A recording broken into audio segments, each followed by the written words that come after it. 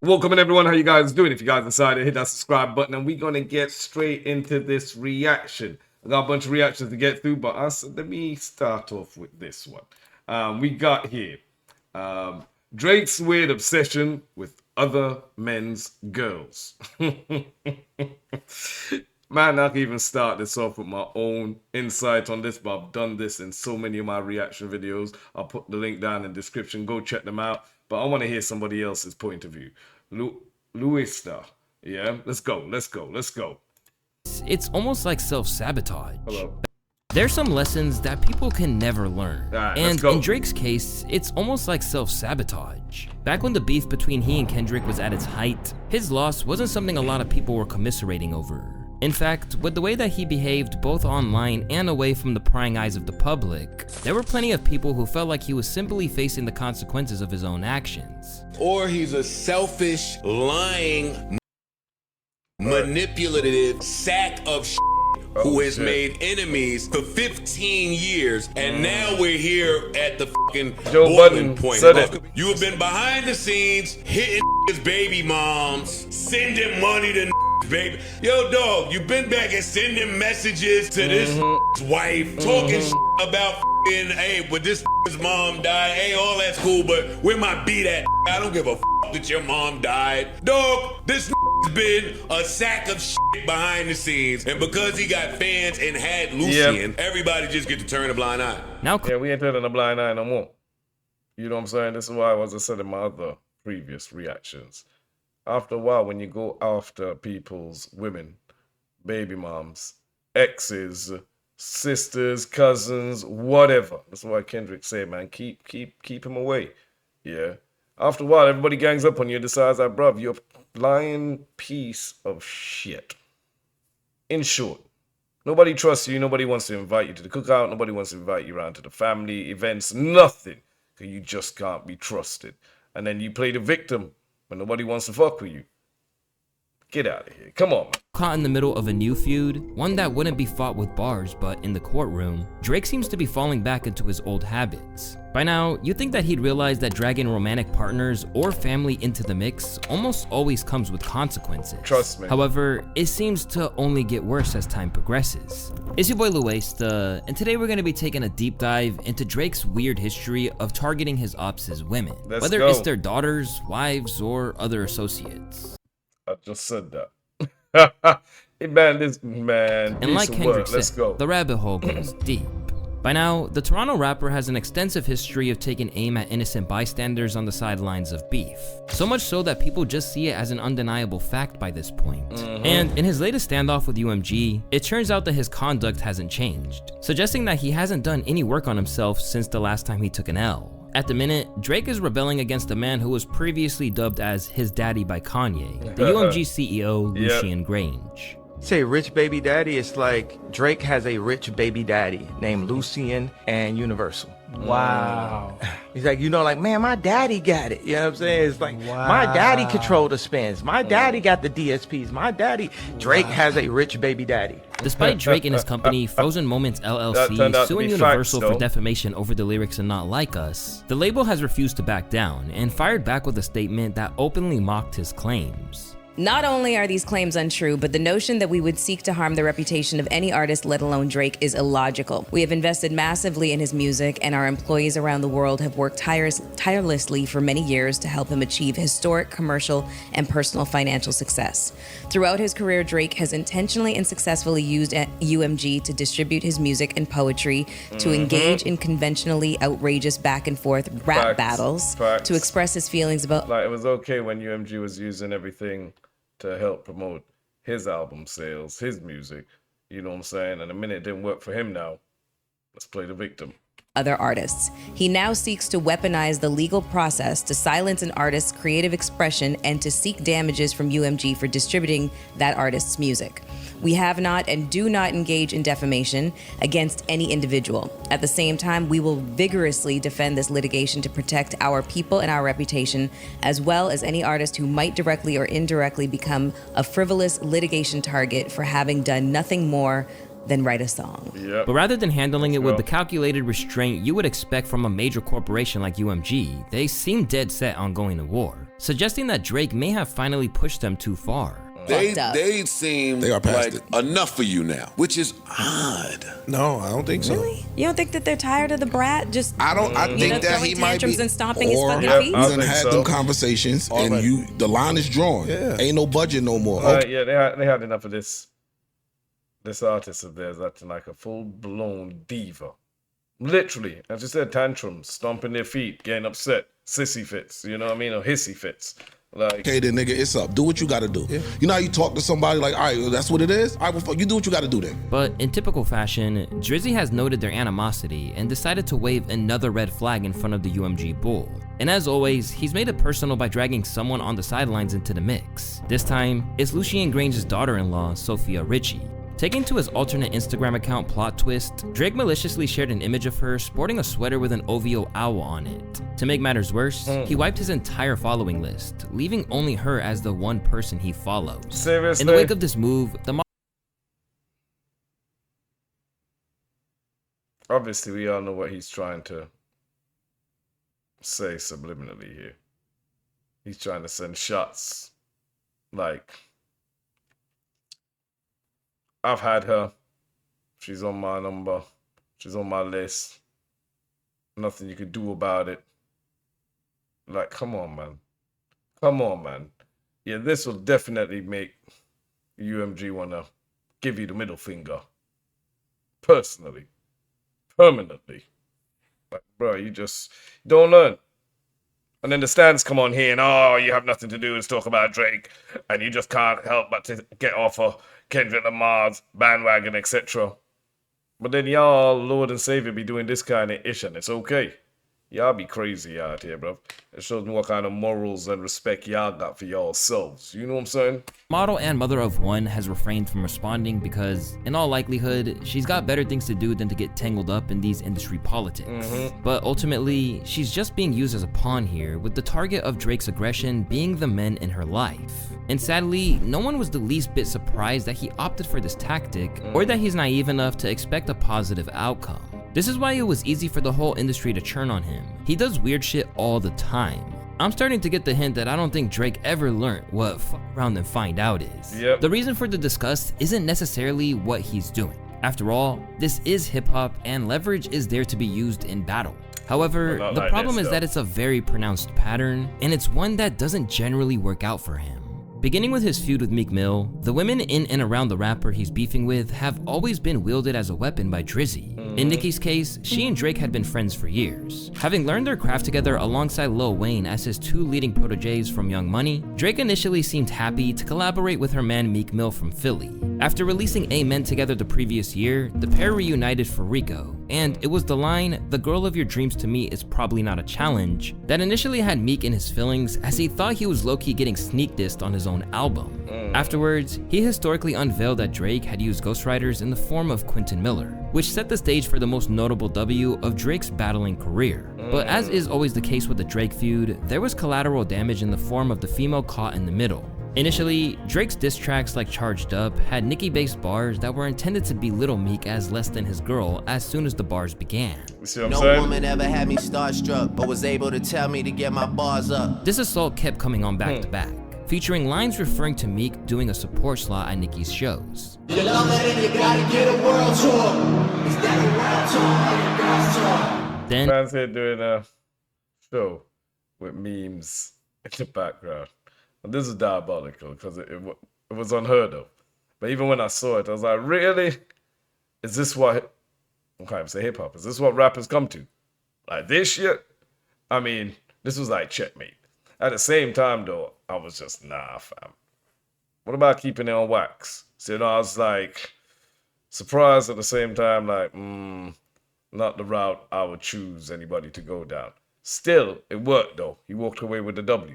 And he inferred that the whole thing wouldn't last, rhyming, I don't wanna hear about this ever again. Not even when she tell him that they better as friends. That's all fair in some ways if he didn't know Nicki, but by this time, she was engaged to Meek, while Drake had been her friend for the better half of a decade. In the Philly rapper's case, he claimed that all the talk about Nicki being more acclaimed than him never affected their relationship or his self-worth. I remember last year just watching people, everybody going against me about a diss track, and you know, I used to look at it like, yo, y'all really think this gonna stop me? Right. You think on telling me I'm going on my girlfriend's tour gonna stop me? Was that a joke? Because where I come from, like, you know, we come up, when you get money, a lot of guys, you end up gotta take care of girls, they ain't got nothing, they don't got no hustle into them, no hustle for themselves. You know what I'm saying? They just taking out your pocket and things like that. Was that funny? I thought that was like live for me to have a girl that like get more money than me, that do a bigger tour than me. I thought that was actually dope. Be able to wake up, go on stage with your girl, make some money, had some good loving at the end of the night. That's some live shit. I never thought that was, I was looking at that like, is that a joke? Where we come from, that's like live nigga shit. In the end, the real victim in all of this was Minaj herself, who admitted, "It doesn't make me feel good. You don't ever want to choose sides between people you love. It's ridiculous. I just want it to be over." Later, after the dust settled and Drake was crowned the winner, she opened up about just how much it hurt. It was one of the hardest parts of my career. At the time, I did love both of them. I couldn't erase the love that I had for my team, but I also couldn't speak out, and I felt so imprisoned. And when we later spoke about it, Drake said, "I wasn't worried about anything in that entire situation other than, what if Nicki takes a shot at me, then what?" You know, that would have been so painful for both of us. As well as the fact that before things got underway and diss tracks started flying, she had actively tried to prevent it. I was behind the scenes, of course, wishing it never happened. Even prior to it happening, I tried to stop it from happening. I said, don't do that. It is what it is, you know, like, one thing I do know is that both Meek and Drake have moved on from that. Yes, they have. From the anger and all of this stuff. As for her relationship with Drake, she claimed that they almost squabbled over it. I would be lying if I said Drake and I didn't have a whole conversation about this, where I told him, man, what, I don't think, you know, because I was still in the mode of things that Meek, you know, did. And then seeing the relief that they both got from it and seeing it be so genuine, like, if you know them, you know that this has been weighing heavily on them, because it's not about who's more successful or any of that. It's just about, man, when you know that you've known someone and y'all was cool and you actually truly liked them as a person at one time, and then something small became something big, and then now you guys hate each other and you carrying that, it's something that is just, until it's dealt with, it feels horrible. Like, it just feels like it's eating away at you, you know? But no matter what you do, you gotta make sure you're not in the same building with this person. You gotta make sure that, you know, so I feel sorry for Nicki being put in between that, you know what I'm saying? At the same time, too, like, you know, where does your loyalty stand? You should really stand with your dude. You know what I'm saying? I know that's your boy. But if that's really your boy, and that is your man, your boy should know to chill the fuck out. And if he ain't and deciding he's actually going into beef with your man, at the end of the day, your man just really is protecting you. You know something ain't right about him just being just your boy. You know what I mean? There's more to it than just friends. I'm just saying, like, so again, Drake stepping over the line trying to fuck up a happy household. Because after this situation, I think this is what really pushed Meek and Nicki breaking up. All right, let's see what we're doing. This is Meek. Let me go a bit further here. Let's go into the next one. Yeah, come here. And while Nicki fans are correct that she never actively rebelled against him or joined in to throw fuel on the fire, she also didn't make any attempt to defend him at the height of the Kendrick beef either. But it's not like she's been shy about calling out Dot as well, as when Lil Wayne was snubbed from the Super Bowl halftime show, she was quick to come to his defense. In the Meek beef, Drake picked up an emphatic victory, but it appears to have been at the expense of damaging his bond with Nicki. And if he's willing to throw a longtime friend into the crossfire, should it really be a surprise that he's kept using the same tactic over and over? Except from here on out, it has continued to backfire, which was especially clear when he engaged in a rap battle with Pusha T. Hey. By 2018, tensions have been bubbling between Drake and one. I was gonna say that Pusha T made the blueprint to dissing Drake, but I thought it was Pusha T the whole time. Come to find out, really, it was Joe Budden who laid the blueprint to dissing Drake. I don't think Drake ever responded. Might have responded in a song with a line or two at Joe Budden. You know what I'm saying? But really and truly, Budden was going at Drake's neck the first. You know, anybody else before Joe Budden. And Drake knew not to respond them times. He didn't have them kind of bars for Budden. You know what I'm saying? He didn't have the writers, etc. Half of the Clips duo for a while. In a lot of ways, they had always been feuding as an extension of the longtime animosity between Star Trek and Cash Money. But after a succession of subliminals, Pusha formally threw the gauntlet down on 2018's Infrared, referencing Drake's ghostwriting scandal with lines like, "It was written like Nas, but it came from Quentin." And, "How can you right your wrongs when you don't even write your songs?" Without hesitation, Drake fired back at Pusha with standard battle bars about him not being authentic and generally whack. But just like he did with Meek, he took things a step further by dragging Pusha's fiancée into the mix, rapping, "I told you keep playing with my name and I'ma let it ring on you like Virginia Williams." But what he didn't realize when he did that was that unlike the Meek scenario, Drake was playing checkers while Pusha was playing chess, which was summed up by a user who wrote, "Drake came with rap punchlines and Pusha hit back with investigative journalism." On the story of Adidon, Pusha let it be known that bringing his family into it in the shape of Virginia was a bad move that would have terrible consequences, rapping, "Since you name dropped my fiance, let him know who you chose as your Beyonce." With that, Pusha sought to destroy him once and for all, exposing that he had a kid with an adult star known as Sophie Brousseau and hid it from the world. In the process, he exposed not only what Drake had withheld from the public, but blew up the Adidon Adidas press run that was supposed to help him bring it to the attention of the world. In the aftermath, everyone knew that Push had won and he didn't feel the slightest bit of remorse. All because Virginia's name was mentioned.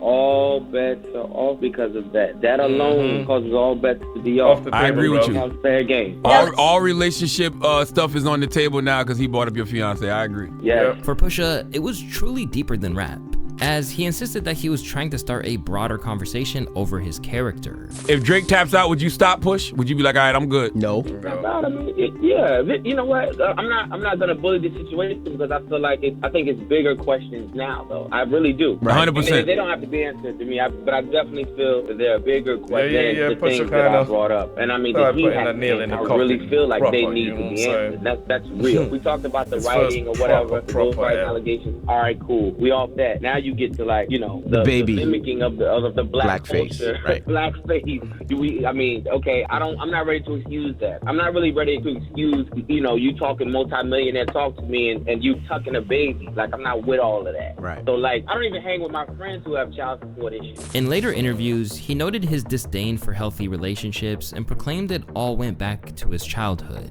Now I gotta dig deeper into who the person is. Now I gotta dig in and see, what are y'all like? What's your family like? Oh, your dad left you at 5. Oh, I get that. He never walked you to the bus stop. You're mad about this. Oh, like you parade your dad around in these weird suits. Yeah, I remember this whole Pusha T vibe. Let's go. Let me go forward. I think I see something here with Mos Def. So I'm saying, bro, like, you bring in people's fiancés, wives, kids, daughters, sisters, cousins, any woman, female that's important into somebody's life, and you try to bring them up as if, like, you know, in any sexual nature, threatening nature, man, you punk, bro.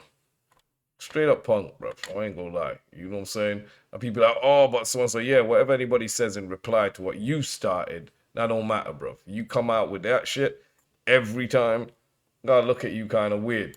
Drake tried to hit a rival MC where it hurts. Let's go. One that only adds to the perception that his tactics are a little suspect. Yeah, this here was the tension between Mos Def and Drake is a bit unusual. In many ways, it started with Drake himself. After Complex reviewed his poetry book, he took to Instagram to fire back at the reviewer, writing, "Can you do an article where the baddest Instagram girls in the world review my poetry book? Not the head of the Mos Def fan club. Thanks." Not long after, Mos, now known as Yassine Bey, was asked about his thoughts on Drake. And the legendary conscious rapper behind Black Star with Talib Kweli and the classic Black on Both Sides didn't hold back. Like, is Drake hip hop? I know. Drake is Because we're here pop. for truth. We're here for Drake truth. Drake is pop Facts, to me. though. Right, that's fair. In the sense that Drake went at Mos Def, bro. Drake went at Mos Def, you know, bro.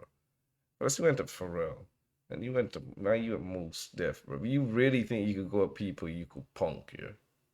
You try going at the quiet people, innit? And then when you hear, like, look, you try to go at Kendrick, you know what I'm saying? Meek, well, you don't know what you thought there. You know where I'm coming from? You know, Pusha T, you thought quiet. You like going at all the quiet people you think ain't gonna fight back. But as I said, you fuck around with a sleeping demon. When that motherfucker wakes up, what you gonna do? Play victim. Ain't no victim time right now, bro. It's time to face them ghosts. Time to face them demons. You woke them up, man. Don't look for no help. Shit. So it's charting like pop music, popular music? In the sense, like, if I was in Target in Houston and I heard a Drake song, so it feels like a lot of his music is compatible with shopping. Or it's you know, music, shopping with an edge in certain instances. Or fair. I like Drake's music, but I understand exactly what you're saying. Of course, I mean, it's commercial, entertaining, fun, good, it's formulaic music that is. It's likable. Likable music, yeah. It's likable. As always, Drake took this personally, even if most of his criticism was purely his perspective on music. Soon, he took to Instagram, referring to the legendary spitter as a bohemian bucket, which is slang for crackhead. Now, thankfully for Drake, Mos is a humble and mature man. So rather than getting in his feelings, he actually explained what was transpiring. Drake, if you would like to speak to me directly, you can at any point. I reached out to Chappelle, asked him to reach out to you. I DM'd you. You are a very talented MC. I require more of myself and others than just talent or charm or charisma, particularly in times of urgent crisis. And what I would like to see in terms of creators or creative people in the world as it relates to our culture is for people to connect with us beyond the jukebox. And maybe Drake should have listened, because with one quote, he actually predicted a lot of the jumping ship that occurred during the Drake-Kendrick beef, almost as if he was forewarning what would come.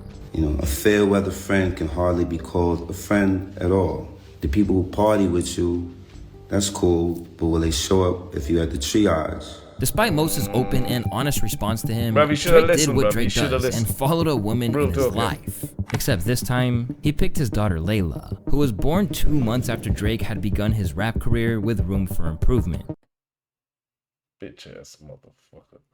Yo, fam. And you got your stands out here standing by you religiously, bro. Condoning this kind of behavior. That's what I'm saying. I understand. It lets me know what kind of person you is. You know what I'm saying? I'm not saying that he don't have good tracks. I'm not saying he don't have songs back in the past where, you know what I mean, we all listen to, say, yo, that was a banger. But when people are defending this kind of behavior, I'm like, oh, she was of age. She was grown up. Okay. And yes, you're not the only one who thinks this was weird. As one user put it, Mos Def said Drake wasn't hip-hop, and Drake's response to that was to follow his freshly 18-year-old daughter. Naturally, people were both horrified and baffled, questioning how anyone would think this is a good idea. To many, it felt like yet another glimpse into Drake's warped mindset. Does he have no self-awareness, or does he just not give a fuck? When the #1 record in the world is calling you a PDF, you probably shouldn't be following teenage girls. He does not see her as a person with feelings. He uses her as a pawn that he should use in order to hurt her dad. Thankfully, Layla hasn't followed him back. Instead, she's a young artist in her own right who opened up about her hip-hop icon father. Is Mos Def your dad? Is there any relationship between you and Mos Def, since it seems that's the most asked thing? Yes, he is my dad, y'all. The rumors are true. No, I'm kidding, but yes, he's my dad. He's my dad. Did you learn anything from him in terms of your approach to music at all? I don't know. I guess, like, I kind of just always been my own, like, artist in a way. And, like, that's a cool thing, because I feel like as a kid, like, whenever we would just jam sesh and, like, vibe out, like, me and him, like, I don't know. I always have my own style. I always have my own thing going on. And he's always just been like, okay, kid, I see you. Admittedly, this treatment is not solely reserved for the men he has disputes with. Instead, it can also happen to any famous woman he is rejected by and their future partners. Years back, Drake and Serena Williams had a brief fling. It began with flirty tweets like this one from 2011 that read, "I cannot wait to put it on you and make you sweat during our match this weekend." Then, as Drizzy's stardom continued to rise and Serena remained as dominant as ever, the Young Money artist decided to use 2013's Worst Behavior from Nothing Was the Same as an opportunity to pay homage to Williams, rapping, "I'm with my whole set, tennis matches at the crib. I swear I could be Serena when she playing with her left." Despite Serena's claims that the relationship was friendly, the pair would be spotted kissing not once, but twice in the space of a couple of months. As they continued to appear at her matches, the pair were spotted locking lips. As I saw in a comedy, yeah, Drake does not like women who move on. You think about it. He does not like any woman he's been with who's left and moved on with their life, whether move on in their career, moved on with another guy, moved on by having kids, moved on by forgetting him. He goes into a crazy meltdown anytime this happens. You know what I'm saying? It's weird ass behavior, bro. And I don't even want to say man, because us men out here don't approve of such behavior. Give a damn what color, nation, culture, where you from in the world, yeah? Us men as a whole, we don't condone such pathetic, bitch-ass, weird behavior. You know what I'm saying? Come on now. You know? As I learned, the coochie ain't yours, bro. It's just your turn. And that goes to Drake. You need to chill out. You ain't own nothing out here. You know what I'm saying? Enjoy the time, but you be going on like somebody acting through a midlife crisis. They ain't know themselves. In the VIP section of a restaurant in Cincinnati. Eventually, things went south and they parted ways amicably. Or at least that's what Serena thought. But years on, he decided to randomly swipe at her husband, Reddit co-founder Alexis Ohanian, on Middle of the Ocean from her loss, spitting, "Sidebar, Serena, your husband a groupie. He claimed we don't got a problem, but no boo, it is, like you coming for sushi. We might pop up at him at will like Suzuki." In response, Alexis let it be known that he was happy to let his wife's biggest supporter. Meanwhile, the internet dragged Drake over the coals. Imagine being the softest little baby in hip-hop and thinking you're coming out swinging against all these successful women who don't give a fuck about you. Facts. Drake is such a loser, acting like an incel. He disgusts me. Really, it's no surprise that after that all went down, Serena was happy to dance on his grave at the ESPYs this year. Some of the best athletes in the world are right here in this room. Some of the strongest, fastest, and most skilled people ever are right here. And if I've learned anything this year, it's that none of us, not a single one of us, not even me, should ever pick a fight with Kendrick Lamar. But she danced it there and she did it at the halftime. So, he will make your hometown not like you. The next time Drake sits courtside at a Raptors game, they're gonna Forrest Gump him. Sight's taken. And of course, she did so at the Super Bowl, where she joyfully crip walked to Not Like Us in front of 100 million people. They not like us. No. They not like us. What? They not like us. No. They not like us. They not like us. Another woman who can empathize with this situation is Georgia Smith, the British R&B artist who had a brief thing with Drizzy. And I'm in the UK over here as well too, so I've heard of this one. But yeah, bro. Yo. Was between Drake and Georgia, I'd be like, he's definitely texted her at 4 a.m. saying, "I need you, girl." Has he never sent you that text at 4 a.m.? Oh man, I've got Drake all wrong. I guess he's not as emotional as everyone thinks. He's not. He's a tough guy, clearly. Once they broke up, Drake threw bars at her new man, Joel Compass, for having the audacity to be less successful than him on the track Jaded. "I need to know how the new doo-doo guy does the same thing I do for a living, but is less wavy." Of course, it didn't stop there, and with a sizable age gap between them, the entire song had people creeped out by its lyrical approach. Did y'all think he wants to control her? You could tell a girl you had potential and I wanted to shape it. No, you can. You could definitely tell a girl that. It's not gonna go over well. I'm convinced that this is about Georgia Smith. Y'all don't judge him for getting a 20-year-old name or number tattooed on him. Come on, man, with this casual bullshit you niggas is doing. I didn't know. Listen to the fucking song and tell me that the shit that he's saying about a 21-year-old girl. I think that record was definitely about Georgia Smith. And I'm glad you related. And I think it's creepy. But y'all think it's fine, so I don't know who it's about. Budden was out here talking facts way long time ago, bro. In every case, Drake's battle strategy follows the same strange pattern, targeting people who aren't even in the fight, hoping to provoke a reaction. After Pusha, you'd think he would have learned his lesson, but instead, he kept doubling down. In no time did it backfire worse than when he tried it with Kendrick. Back at the outset of the beef, Kendrick Lamar let Drake know that this was a sporting contest, declaring on Euphoria that this is a friendly fade, you should keep it that way. But instead, he chose not to heed Kendrick's warning. And across family matters in the Heart Part 6, bringing up his fiancée and mother of his kids, Whitney Alford, would be his undoing. It started out with bars like this, which made some big swipes about Kendrick's personal life. Proposed in 2015, but don't want to make her your actual wife. I'm guessing this wedding ain't happening, right? I heard one of them kids might be Dave Freeze. Followed up with, only fucking with Whitney's, not Millie Bobby Brown's. I'd never look twice at no teenager. And Whitney, you can hit me if you need a favor. And when I hit you back, it's a lot safer. Drake even did some digging into Whitney's IG to find the comment where Dave Freeze. Right there. All hats off the table. You ain't learned nothing from Pusha T. You ain't learned nothing from Joe. You ain't learned nothing from anyone, bro. You know what I'm saying? Real facts. Yeah, this is why. Everything you're getting now, every single shot, bar, song comes at you. Anything that Kendrick does, listen to me, yeah? I don't want to hear nobody pulling the victim card. Oh, it's been so long ago, bro. This is like 50 and Irv Gotti. I'm not saying I agree with it. I'm not saying I don't. But I understand. This is what it is right now. Get out the way.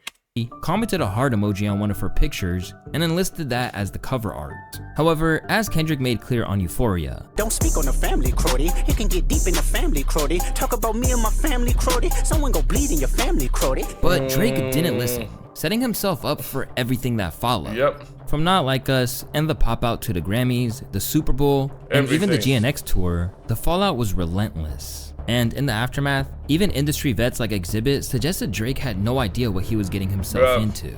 I think he was severely underestimated. And when you look at the parable of David and Goliath, and you see, somebody who's, very, dismissive or very arrogant or very, feeling like, because Drake wasn't talking the way he's talking now. What we're seeing now is Hold on. What we're seeing now is the repercussions of stepping on somebody that you shouldn't have stepped to. Like they're not even in the same class. In my opinion, Drake should have just put out a massive hit for the women. And after pushing so hard to paint a narrative that K-Dot and Whitney were estranged, her music video appearance would prove to be the ultimate death blow. The family matter and the truth.